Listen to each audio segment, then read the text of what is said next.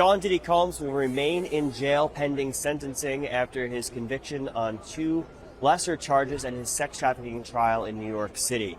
Now, Combs was acquitted of racketeering and sex trafficking, the 2 big charges, but he was convicted of transporting people across state lines for purposes of prostitution, also known as the Federal Mann Act. Combs' lawyers asked for him to be released on bail pending sentencing. He's been in jail since his arrest last September. They argued that the circumstances have changed because of his acquittals on those big charges, and they proposed that he be allowed to spend time at his mansion near Miami and travel to California and New York, but adhere to all other conditions set by the court, that he would surrender his passport and comply with all other regulations.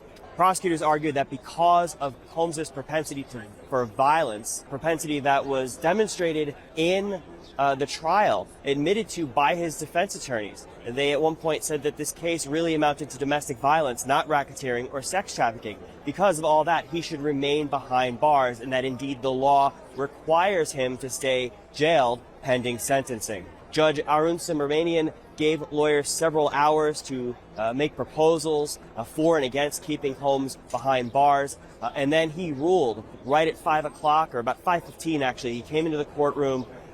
Combs, his family were there, and Combs sat looking stoically as the judge said that the application for bail, the application to be released to go home pending sentencing, was denied. The judge initially said he would sentence Combs in October. Combs' lawyers asked for an expedited sentencing schedule. They argue that Combs shouldn't face very much more time in prison beyond the 9 plus 10 months he's already spent behind bars. Sean Combs headed back to a jail in Brooklyn, where he has been housed since his arrest last September. He will remain there until his sentencing, unless the judge grants another opportunity for the defense lawyers to ask for bail.